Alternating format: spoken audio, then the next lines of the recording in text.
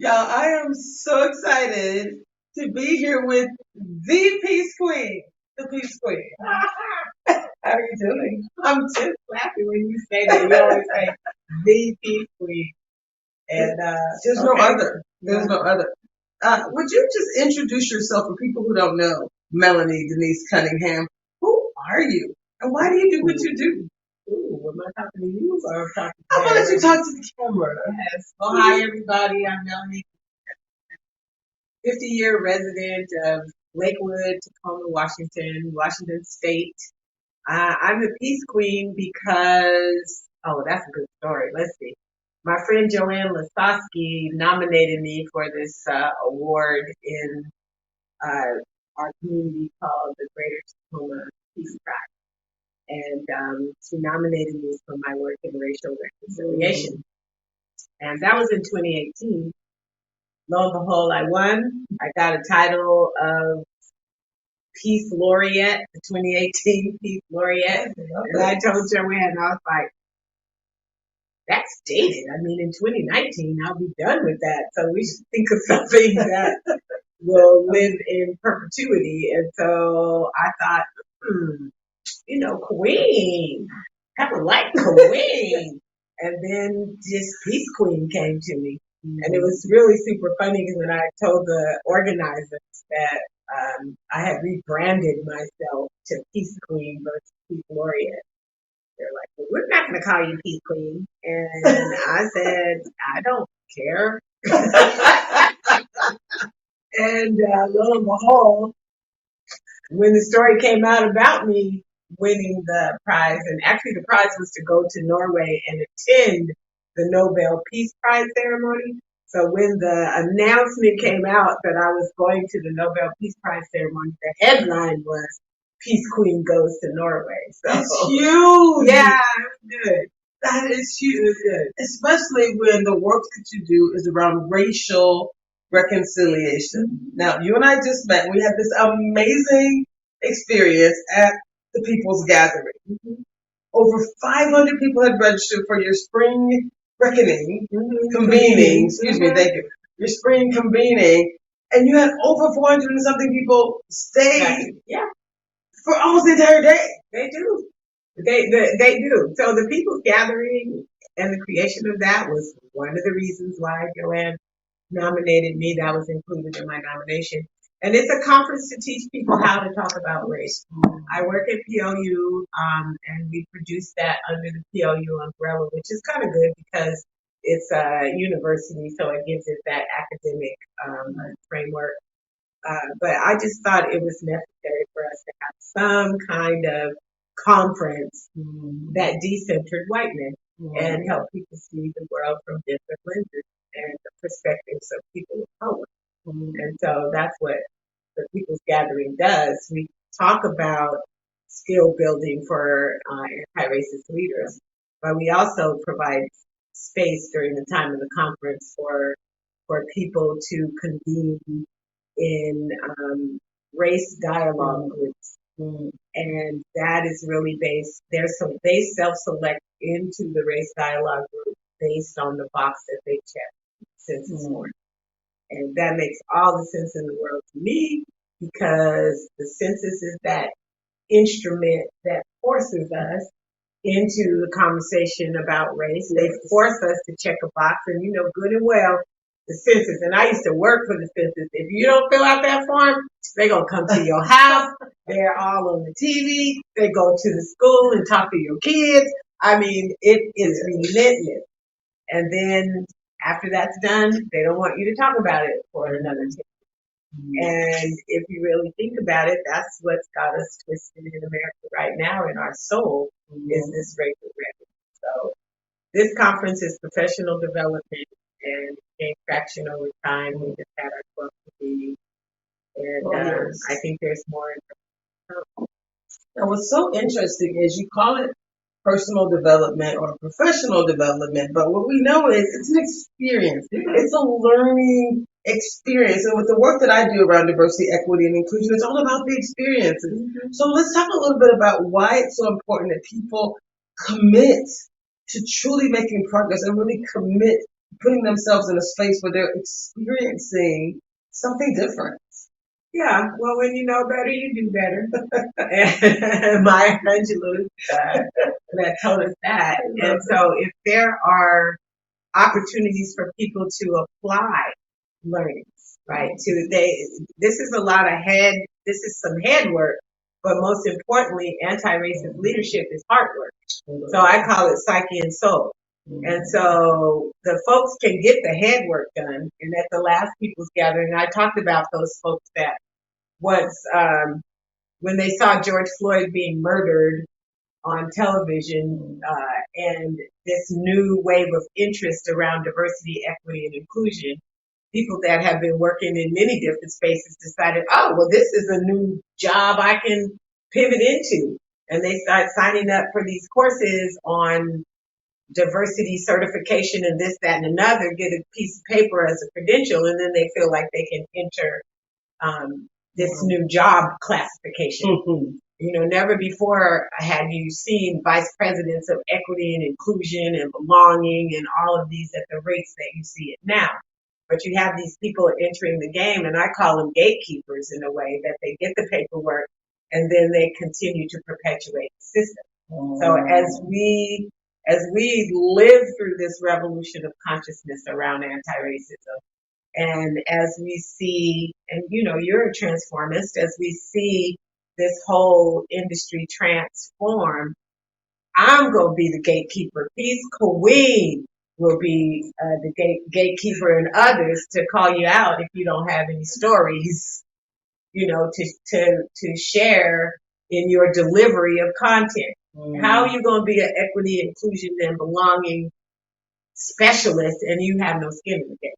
So that's, you know, I'm all over that, sister, and I really feel like that is a threat to that whole tactic is a threat to our success when you have people just thinking they can cross over it. So, no.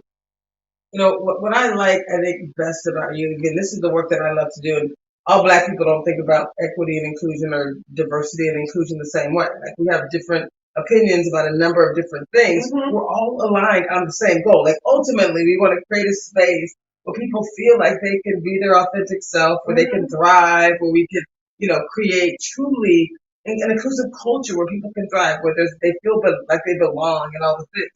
And so I guess my other question to you is, you know, you think about three words that I love to use is awareness, action, and accountability. Right? Those are the things that I love to do. We get there different ways. But this concept of your people's gathering. The first word is people. You bring people together. Real people. I say real people will talk for real change, real action. So what would you like to say to people who have never experienced anything that you're doing? Because people's gathering is just one of many things. You're now going to be building an entire curriculum at POU. It's like this, isn't it called multicultural or anti-racist curriculum? Anti-racist leadership programs. Okay, so let's talk a little bit about that. Like, moving from an event, which we love events, right? But it's bigger than just these amazing, you know, opportunities to engage. You're basically, you know, creating a space for people to truly thrive and change, really transform. Yeah, let's be clear about what people. We're creating programs for people that want to learn. It's not for everyone. It's not for everyone. And let's just pause real quick. Because I think when we say that, people are like, what do you mean? Oh my, like, it's really not for everyone. And that's one area where we agree. Not that anyone's being excluded, but we're simply saying this is for people who truly want change. No, this is for people that can look in the mirror, see themselves, and say out loud, I am anti-racist. If you can't say that, this isn't for you. It's that simple. And you know how you be like, I think she just gave the collective hands. Yeah, that's what that was. If you can't say that I am anti-racist, then this is not for you. Anti-racist leadership programs is not for you. So tell us a little bit more. This is an interview for information. Tell us a little bit more about what that means for someone who may not know. Like, I think a lot of people say I'm not a racist, but I don't know if I'm an anti-racist. Tell me more. So what is an anti-racist to you? How would you describe that? You're actively working, living, breathing, moving every day to dismantle systemic racism.